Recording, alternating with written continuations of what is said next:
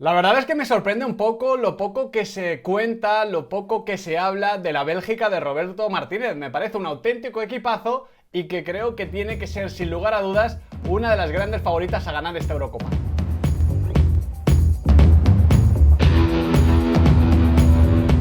Muy buenas chicos y chicas, ¿qué tal estamos? Bienvenidos de nuevo a Diario de un Periodista Deportivo. Bueno, Adrián Blanco, bienvenido de nuevo al canal. ¿Qué tal, Miguel? Muy buenas. Has escuchado mi entradilla, mi visión sobre Bélgica, ya la conocías de sobra. Yo creo esto, Adri, que se debe básicamente a que ha pasado el hype, ¿no? Bélgica ya no es novedad, ya nos hemos acostumbrado a que varios de los mejores futbolistas del mundo sean belgas, que todos los equipos grandes más o menos tengan a un futbolista belga en plantilla y que sea de los importantes. Pero esto no acaba con las posibilidades de Bélgica, ni mucho menos. De hecho, para mí es un proyecto que sigue muy vivo y que sigue pintando muy bien.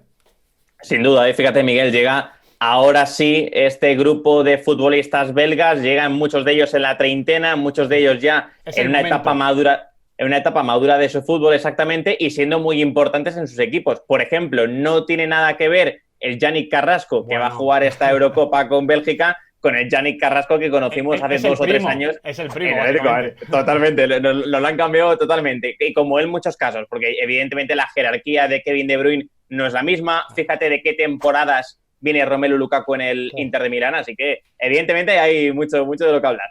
Y además es que es un proyecto, Adri, que año a año, o mejor dicho, torneo a torneo, ha crecido. Siempre hemos fijado 2020, 2018, 2020 para el momento de competir de verdad, porque lo normal es que una generación no gane en el momento en el que eclosiona. Le pasó a Alemania, le pasó a España, tuvieron que pasar unos cuantos años, incluso Francia, que pierde en 2016 antes de ganar en 2018. Fíjate, Bélgica no se clasifica ni para el Mundial 2010 ni para la Eurocopa 2012, pero ya en 2014, con la mayoría de estos futbolistas que acumulan más de 100 internacionalidades, muchos de los jugadores llegan a cuartos de final. En 2016 en la Eurocopa se la pegan bastante, pero llegan a cuartos de final. Digo que se la pegan bastante porque les elimina Gales, que no parecía en ese momento evidentemente la selección más potente y no lo era. Y luego en 2018 se cuelan en semifinales, compiten muy bien ante Francia en ese partido y quedan tercera de la Copa del Mundo. Es decir, ha crecido paso a paso. La idea de Roberto Martínez tiene vigencia, su esquema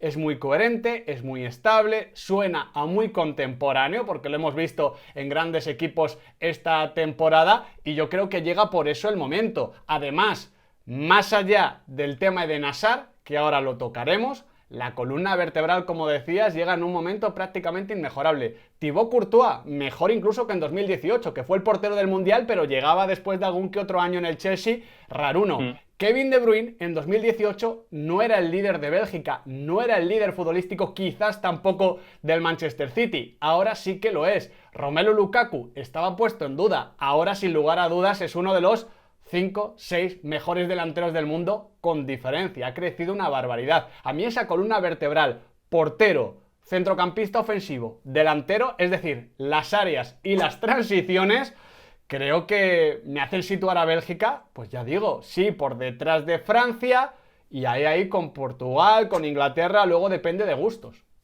Compro totalmente. Fíjate, durante este proceso, entre este torneo y torneo que tú destacabas, es verdad que se han ido perdiendo ciertos futbolistas que quizá han ido perdiendo un poco esa jerarquía con la que sí llegaban, por ejemplo, al Mundial. Caso de los centrales. Quizá en defensa esa parcela por ahí es la donde igual va a coger un poquito más Bélgica en esta Eurocopa, al menos a priori, luego habrá que ver cómo compiten. Y hay otros actores secundarios, como por ejemplo es el caso de Dries Mertens, que quizá también llegan ya en otro nivel competitivo incluso a este torneo. El Dries Mertens del 2018 era mucho mejor futbolista del que hemos visto en estos últimos meses en el Nápoles y que va a llegar a la selección. Pero aún así, durante este proceso, entre este torneo y torneo, como destacamos, Miguel, ha incorporado a otros jugadores como Yuri Tielemans, que le van a dar ese salto, le van a dar esa frescura, que le va a permitir, yo creo, a la selección desarrollar ese modelo tan coherente que tú estabas destacando, donde yo creo que todas las piezas están muy bien ensambladas y digamos que la idea consigue potenciar bastante bien a todos sus futbolistas, especialmente a los mejores,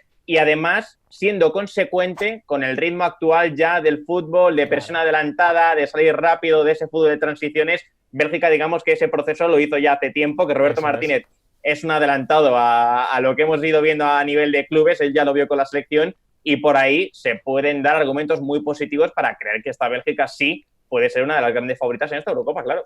De hecho, es que es uno de los equipos que tiene más claro el esquema y prácticamente el 11 titular. Es que Francia ha venido probando cosas diferentes de Sams porque, aunque es la máxima favorita y más con Karim Benzema, entre 2018 y 2021 ha dejado alguna que otra sensación extraña. De Alemania y España no vamos a hablar. Italia, más de lo mismo, a pesar de que el proyecto Mancini pinte bien. Países Bajos, después de la salida de Koeman, ni te cuento. Portugal se está encontrando, se está buscando, no sabe todavía cómo optimizar toda la calidad ofensiva que le ha llegado a Fernando Santos. Inglaterra, más de lo mismo. No tenemos claro si Southgate va a jugar con 3 centrales o con línea de 4. Sin embargo, con Bélgica lo sabemos. Y esa certeza y la continuidad de ese bloque me parece que lleva a Bélgica a un grado de madurez que no se está comentando y que da muchas cosas, sobre todo, ya digo, si tienes luego al portero, al delantero y al centrocampista ofensivo de tu lado. Y creo que ahora mismo, sin ir Jan Oblak evidentemente a la Eurocopa y encima con Ter Stegen también fuera,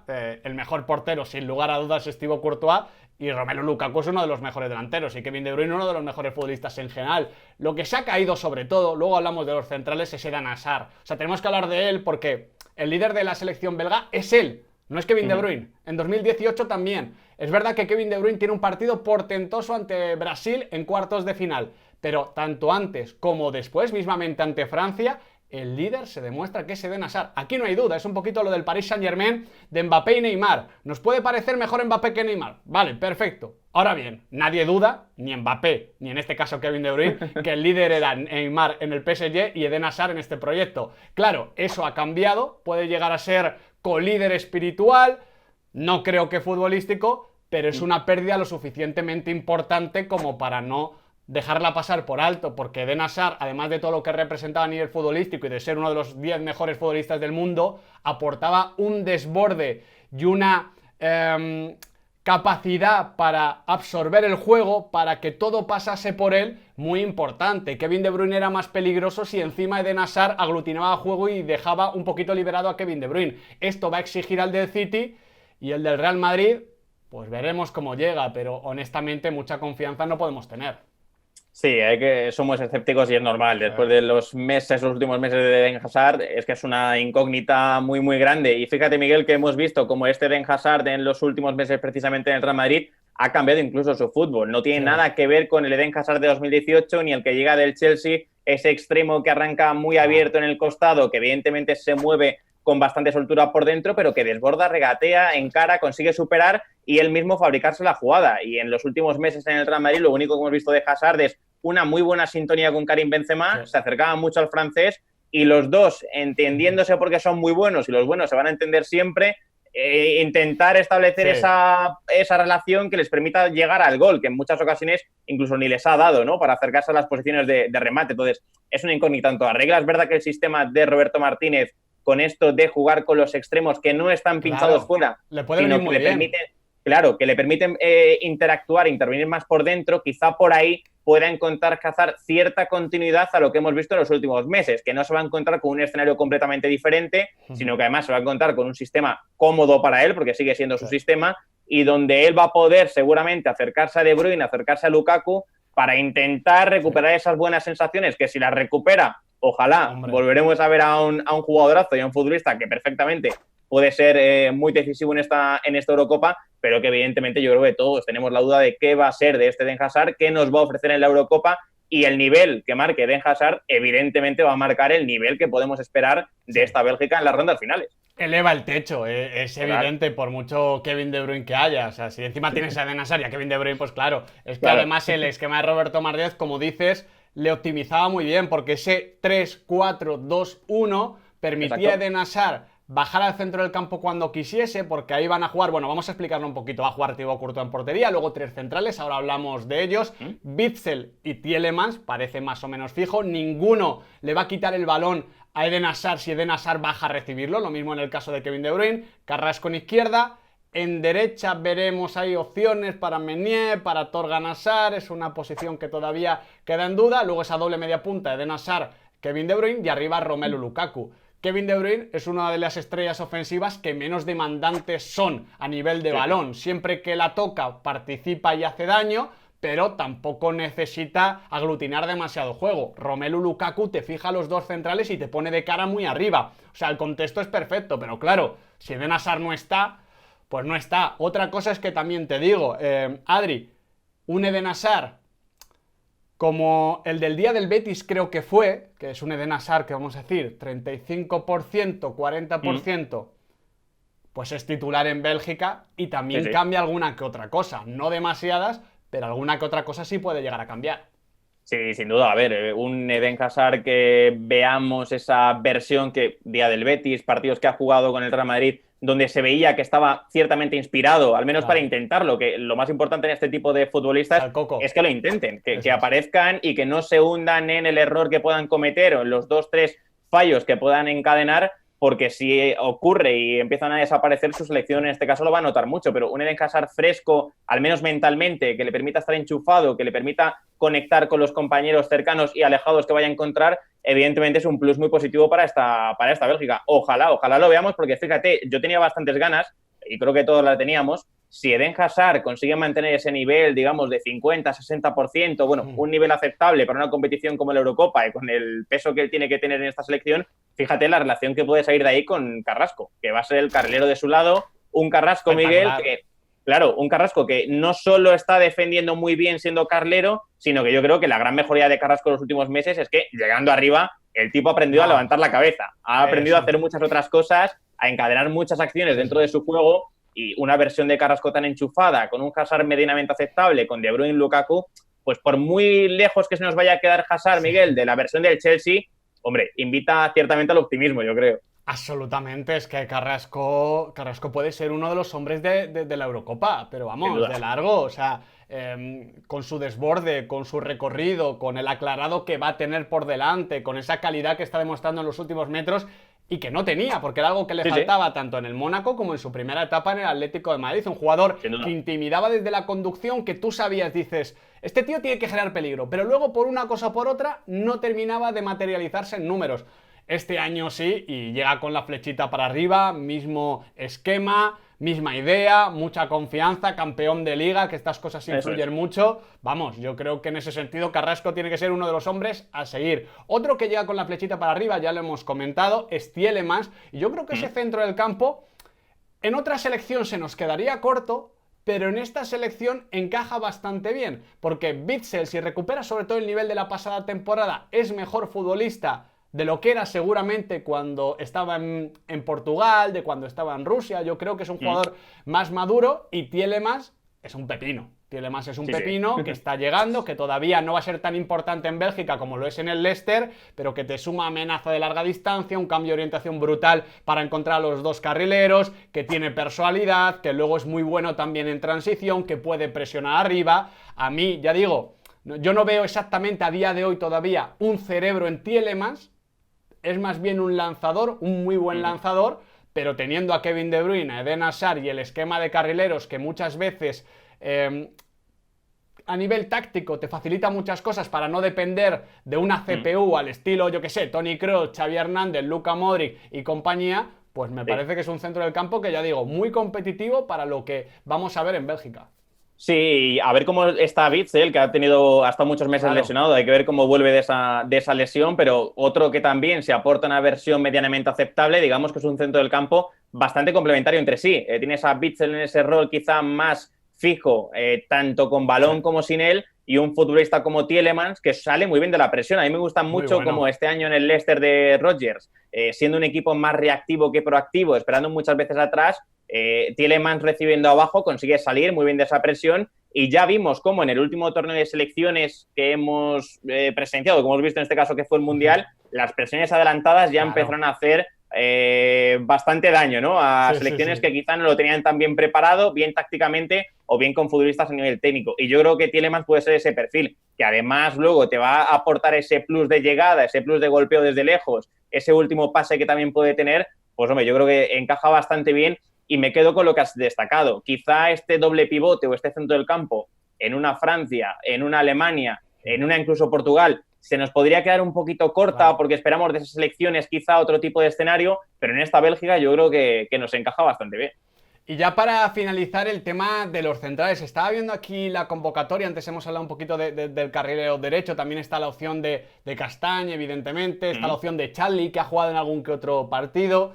Yo la verdad es que no sé con cuál quedarme de todos, si con Azar, con Meunier, con Castañ, con Charlie, ninguno me convence del todo, pero me parece todavía más importante el trío de centrales, porque hubo un momento en el que esta era la gran fortaleza, ¿no? Con Vermaelen, sí, con Vertonghen y evidentemente con Toby Alderweireld. Tres centrales de mucha confianza, de muchas garantías, que se entendían muy bien, que sacaban muy bien el balón jugado, que te aportaban en área contraria. Claro, ahora mismo van convocados Toby, Boyata, Denayer, que seguramente vaya a ser titular y que lo hizo muy bien, por ejemplo, el año pasado en el Lyon. Esta temporada le he visto yo menos, pero el año pasado estuvo muy bien. Vermaelen, Vertonghen y ya los carrileros. A mí aquí sí que me parece que puede haber alguna que otra duda, porque Bélgica, sobre todo en 2018, vimos que era un equipo que presionaba, pero que cuando se ponía en ventaja replegaba un poquito y se daba espacios a sí misma para correr, porque al final, insisto, De Bruyne, en ese momento un gran Eden Hazard, Romelu Lukaku, que es buenísimo, aunque muchas veces no tenga que atacar el espacio, y los de fuera te generaban una barbaridad, también Tielemans te lo puede generar ahora, pero claro, para replegar y defender juntitos, igual Toby, Denayer y Vertonghen han bajado un puntito, que a lo mejor, oye, si están bien protegidos con los tres, pues no se nota tanto y es un torneo corto, pero aquí sí que hay que comentar que el paso de los 3 años no ha sido beneficioso para Bélgica. Sí, no ha sido tan positivo. Es verdad que quizá los 3 recogidos, como tú destacas, en escenarios donde Bélgica vaya ganando, sí puedan retroalimentarse de tal forma que los disparos que le vayan a realizar a un Thibaut Courtois, que viene en un nivel pletórico, le permitan a Bélgica mantener la cabeza fuera del agua en ese tipo de escenarios y de encuentros que quizá sean más complicados y le toque sufrir un poco más. Pero yo creo que aquí es donde realmente ha perdido la selección, donde más se va a notar, porque yo creo que las estrellas, como decimos, llegan bien, con el asterisco de Eden Hazard de ver qué ocurre. El centro del campo yo creo que lo va a poder solucionar bien. El tema de los carrileros, sobre todo en el caso del de izquierdo con Carrasco, llega muy, muy bien, la portería también, pero la defensa es donde quizá más ha notado ese paso del tiempo y donde más se está resistiendo el relevo generacional, porque no empiezan a asomarse esos centrales jovencitos desde abajo que le empiecen a mover un poco la silla ya a los Vertonghen, Alderweireld y compañía, así que seguramente los 3 vayan a tener que alargar la carrera. De hecho, ya uno de ellos lo vamos a perder y seguramente el titular, como destacabas, va a ser Denayer. Pero bueno, yo creo que en cualquier caso, si los 3 consiguen estar juntitos, si los 3 consiguen aportar, por ejemplo, decía, sacan muy bien el balón. Otra cosa que tenía muy bien, por ejemplo, Alderweireld era el desplazamiento largo. Claro. Un desplazamiento de largo de Alderweireld a Lukaku, por ejemplo, emular la jugada del Inter de Milán en una selección, en un torneo corto, yo creo que también es algo que por ahí tendrá que apostar y tirar Roberto Martínez. Pero sí, comparto contigo que quizá la duda que más nos genera Bélgica, pasar al lado, insisto en ello, es el tema de los centrales, porque aquí yo creo que sí que han notado el paso del tiempo y donde, ya digo, el relevo generacional sigue resistiéndose un poco.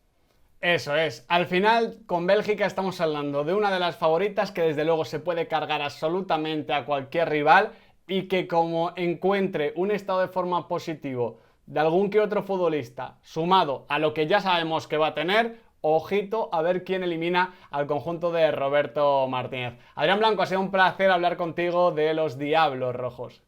Un verdadero placer como siempre, Miguel. Un fuerte abrazo. Y nada, chicos, seguimos avanzando en esta previa de la Eurocopa, analizando selecciones interesantes e importantes como Bélgica. Si os ha gustado, like, suscripción y campanita, porque aquí en Diario de un Periodista Deportivo, el fútbol nunca se acaba.